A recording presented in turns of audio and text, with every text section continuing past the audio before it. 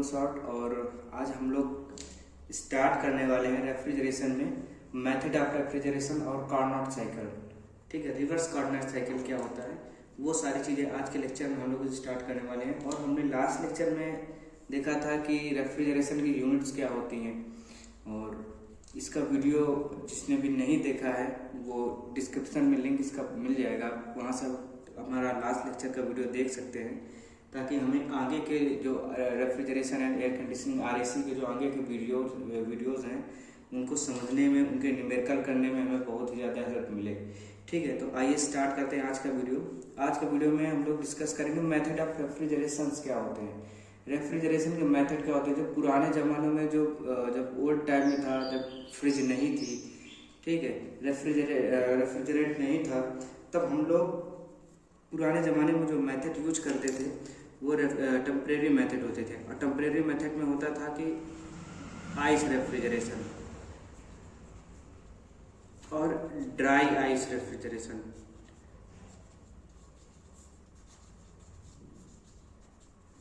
Ice refrigeration और dry ice refrigeration. ठीक है, अब ये क्या होते थे, ये रेफ्रिजरेशन क्या होते थे, ये रेफ्रिजरेशन क्या होते थे, इनके ऊपर हम डिस्कस करते हैं। कि जो आइस रेफ्रिजरेशन होता था, जैसे कि नाम से ही हमें पता चल रहा है कि इसमें जो बर्फ होती थी, बर्फ के द्वारा हम किसी चीज को ठंडी करते थे, यानी कि आइस के द्वारा।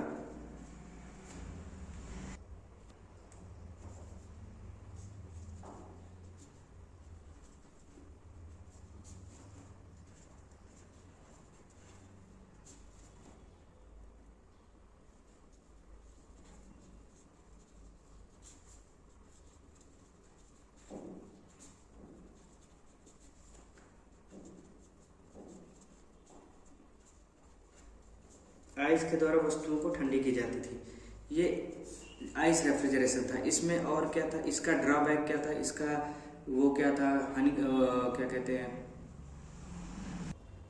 इसकी कमियों में था कि ये क्या था कि घुलने के बाद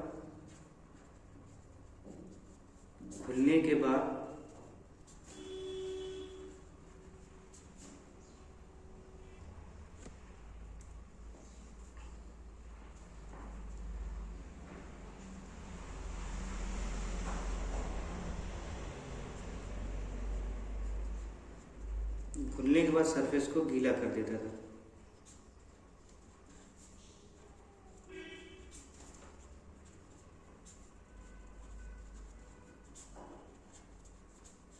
जब ये था कि सरफेस को गीला कर देता था, यानी जब आइस खुलती है तो अपने साथ जो सरफेस होती है उसको गीला कर देती है। तो इस चीज़ से हमें कैसे आराम मिले, इस चीज़ से, ये जो चीज़ थी इससे हमें कैसे आराम मिले, तो इसके लिए हमने यूज किया ड्राई आइस रेफ्रिजरेशन। ये परमानेंट थे, यानी कि इन पर कोई वो नहीं था। ड्राई आइस रेफ्रिजरेशन क्या होता है कि जब 32 डिग्री सेल्सियस पर, कि जब -32 डिग्री सेल्सियस पर SO2 को एक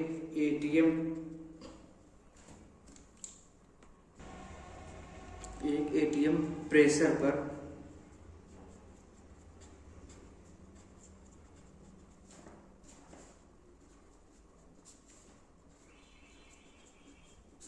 ठंडा किया जाता है।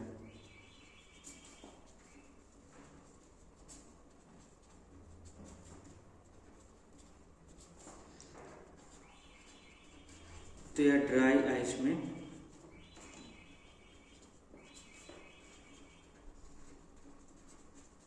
कन्वर्ट हो जाती है। ठीक है,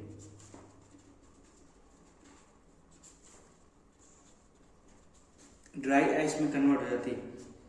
इसका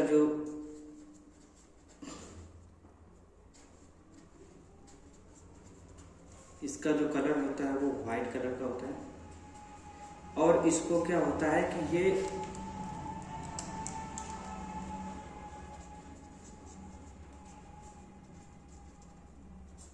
सॉलिड से डायरेक्ट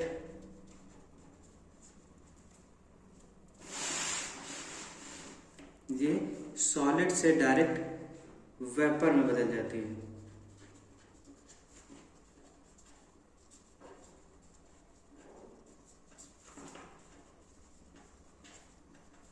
अब यहाँ पर सरफेस गीला होने का कोई चांस नहीं रहा। तो ये हमारे परमानेंट मेथड थे, जो पुराने टाइम में, जब ओल्ड टाइम पे, जब हमारे इतना ज़्यादा आविष्कार नहीं हुए थे, इतना ज़्यादा साइंस का वो नहीं हुआ था, तब ये चीज़ें थी।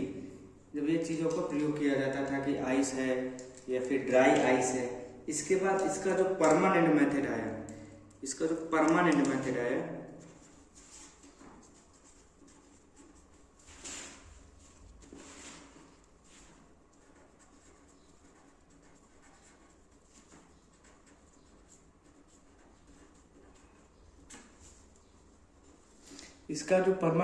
तो परमानेंट मेथड में आया था क्या कहते हैं, परमानेंट मेथड जो बेस्ड था, वो बेस्ड था रिवर्स कार्नोट साइकिल पर।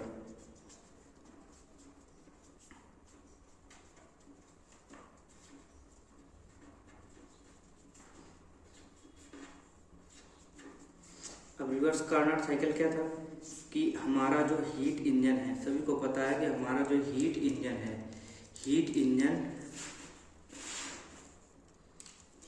है,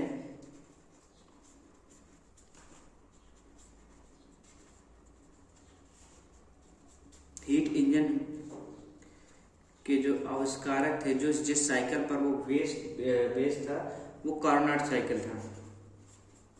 अब जब कार्नोट साइकिल को रिवर्स कर दिया गया, तो जो RAC है, जो रेफ्रिजरेशन है, वो हमारा रिवर्स कार्नोट साइकिल पर बेस होता है।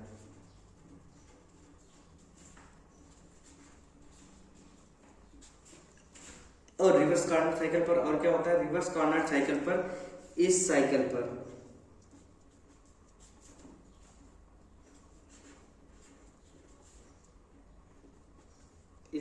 में 4 प्रोसेस होती हैं।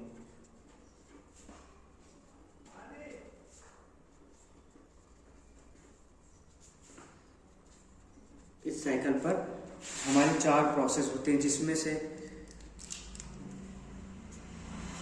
तो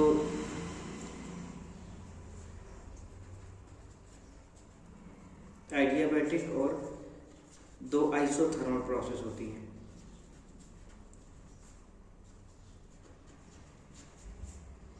ठीक है, 4 प्रोसेस होते हैं, जिसमें से 2 आइडियाबैटिक प्रोसेस होती हैं और 2 हमारी आइसोथर्मल प्रोसेस कहते हैं। ठीक, अब अगर इसको हम ड्रा करना चाहें पीवी डायग्राम के द्वारा, तो हम इसको आराम से ड्रा कर सकते हैं।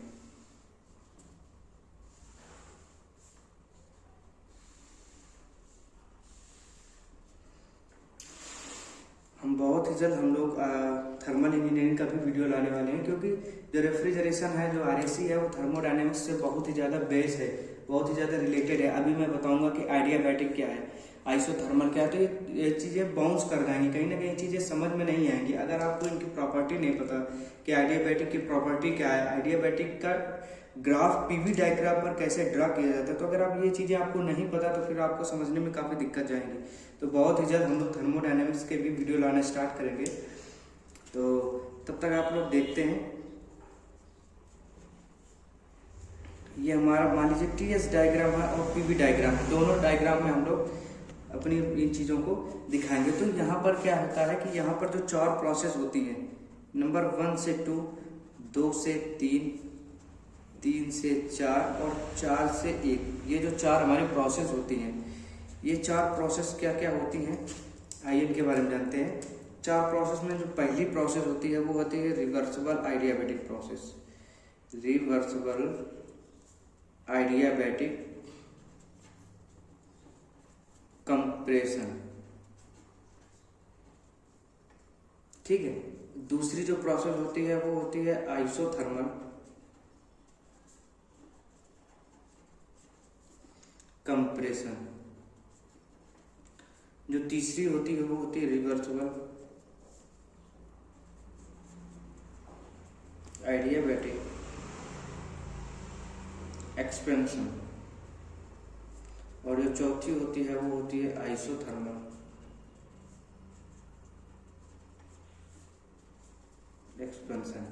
यानी कि अगर हम कोई ऐसा ले लें जो हमारा आगे हम लोग जैसे पढ़ेंगे, ये चीज़ें हमारी जो बताई जाती हैं वो पिस्टन सिलेंडर अरेंजमेंट के द्वारा ही बताई जाती है। लेकिन अगर हम थोड़ा अपने जानने वाले प्रोसेस पर पता करें तो मान लीजिए कि कोई भी हो, जो जितने भी हमारे आरएसी हैं, जितने हमारे रेफ्रिजरेशन वो हैं, उन पर हमारी 4 प्रोसेस ही होती हैं, 4 इक्विपमेंट ही लगे होते हैं। एक कोई इक्विपमेंट यहाँ पर लगा है,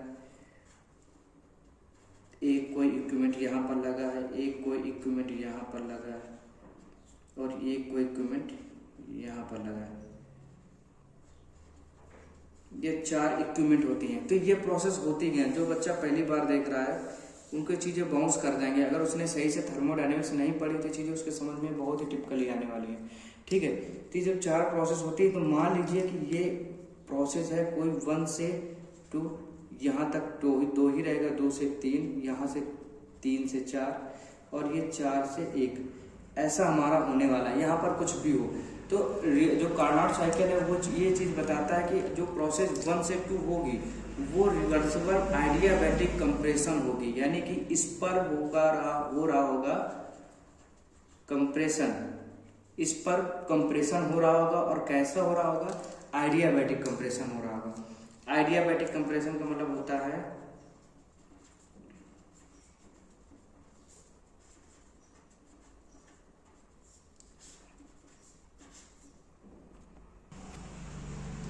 यानी आइडियाबैटिक प्रोसेस में क्या होता है कि no heat addition and no heat rejection, यानी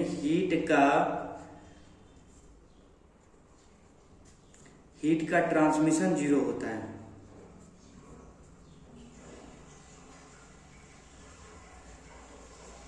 हीट का ट्रांसमिशन 0 होगा, यानी कि ना तो हीट इस पर ऐड होगी ना ही हीट रिजेक्ट होगी। ठीक है, वैसे ही जब 2 से 3 जाएंगे तो ये आइसोथर्मल होगा। आइसोथर्मल का मतलब होता है कि टेम्परेचर विल बी कांस्टेंट। जैसे हम 2 से 3 आएंगे तो यहाँ पर फिर हमारा आइडियाबैटिक कंप्रेशन हो रहा है, एक्सपेंशन हो रहा होगा, ये आइसोथर्मल कंप्रेशन हो रहा होगा। यहाँ पर आइडियाबैटिक एक्सपेंशन हो रहा होगा, यानी कि हीट तो नहीं जाएगी, हीट का इंटरेक्शन यहाँ पर भी 0 रहेगा और आइसोथर्मल यहाँ पर भी टेम्परेचर कांस्टेंट रहेगा। तो हम लोग देख सकते हैं कि अगर टेम्परेचर हमें कांस्टेंट रखना है, यहाँ पर हीट हमें ऐड नहीं कर सकते, ना ही यहाँ पर हीट हम ऐड कर सकते हैं, ना ही यहाँ से हम हीट रिजेक्ट कर सकते हैं, ना ही यहाँ से हम हीट ऐड कर सकते हैं, ना ही हीट रिजेक्ट कर सकते हैं। तो टेम्परेचर कांस्टेंट है। टेम्परेचर कांस्टेंट का मतलब है कि यहाँ पर हम हीट ऐड भी कर सकते हैं। अगर हम 10 किलो कैलोरी अगर इस पर हीट ऐड कर रहे हैं और 10 किलो कैलोरी हम यहाँ पर हीट रिजेक्ट कर रहे हैं, तो हमारा जो टेम्परेचर हो गया वो क्या हो जाएगा, कांस्टेंट हो जाएगा। ठीक है, तो हम हीट का एडिशन यानी कि हीट ऐड होगी किस पर, जब प्रोसेस हमारी आइसोथर्मल होगी, यानी 2 से 3 पर हीट ऐड होगी और 4 से 1 पर हीट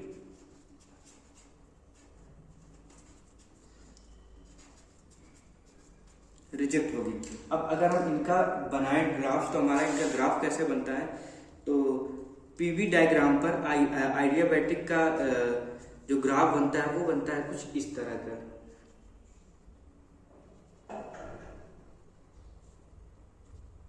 तीन हमारे ग्राफ होते हैं, तो वो हम थर्मोडायनेमिक्स के वीडियो में डिस्कस करेंगे। आइडियाबैटिक होता है, तो आइडियाबैटिक का ऐसे ग्राफ बनता है। इसके बाद हमारा बनता है आइसोथर्मल। पीवी डायग्राम पर जो आइसोथर्मल बनता है वो कुल के इस प्रकार से बनता है। और फिर हमारा देखें तो जो आइडियाबैटिक है एक्सपेंशन, वो हमारा इस प्रकार से बनेगा।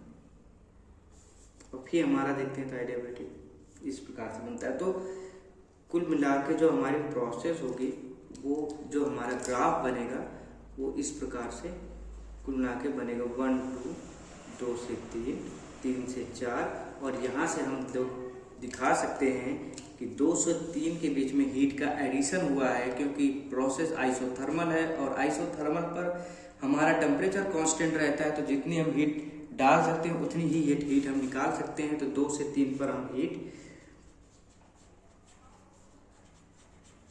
ऐड करेंगे और 4 से 1 पर हम हीट रिजेक्ट करेंगे। ठीक है, अगर यही चीज हम टीएस डायग्राम पर देखें, टीएस टेम्परेचर और एंथैल्पी के रिप्रेजेंटेशन पर अगर हम डायग्राम में देखें, तो हमारा जो पहली प्रोसेस होती है आइडियाबैटिक जो प्रोसेस होती है, आइडियाबैटिक प्रोसेस में हमारा टेम्परेचर बढ़ता है। आइडियाबैटिक प्रोसेस में हमारा हीट ना हमारी हीट रिजेक्ट होती है, ना हीट हमारी ऐड होती है। तो जो हीट उस पर बनी रहती है, तो उस पर हमारा क्या होगा, टेम्परेचर इंक्रीज होगा।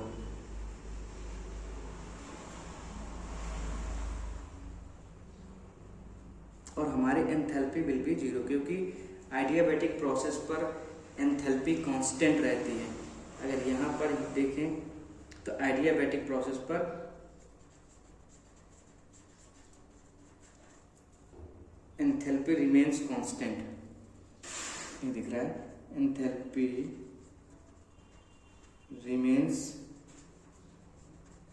कांस्टेंट, एंथैल्पी हमारी कांस्टेंट रहती है। ठीक, इसके बाद जो दूसरा है वो है आइसोथर्मल। आइसोथर्मल के बीच टेम्परेचर कांस्टेंट रहेगा।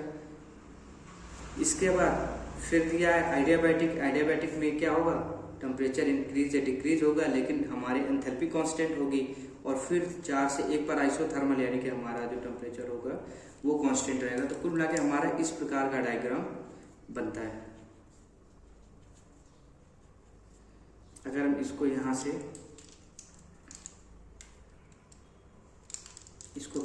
इसे दिखा दें,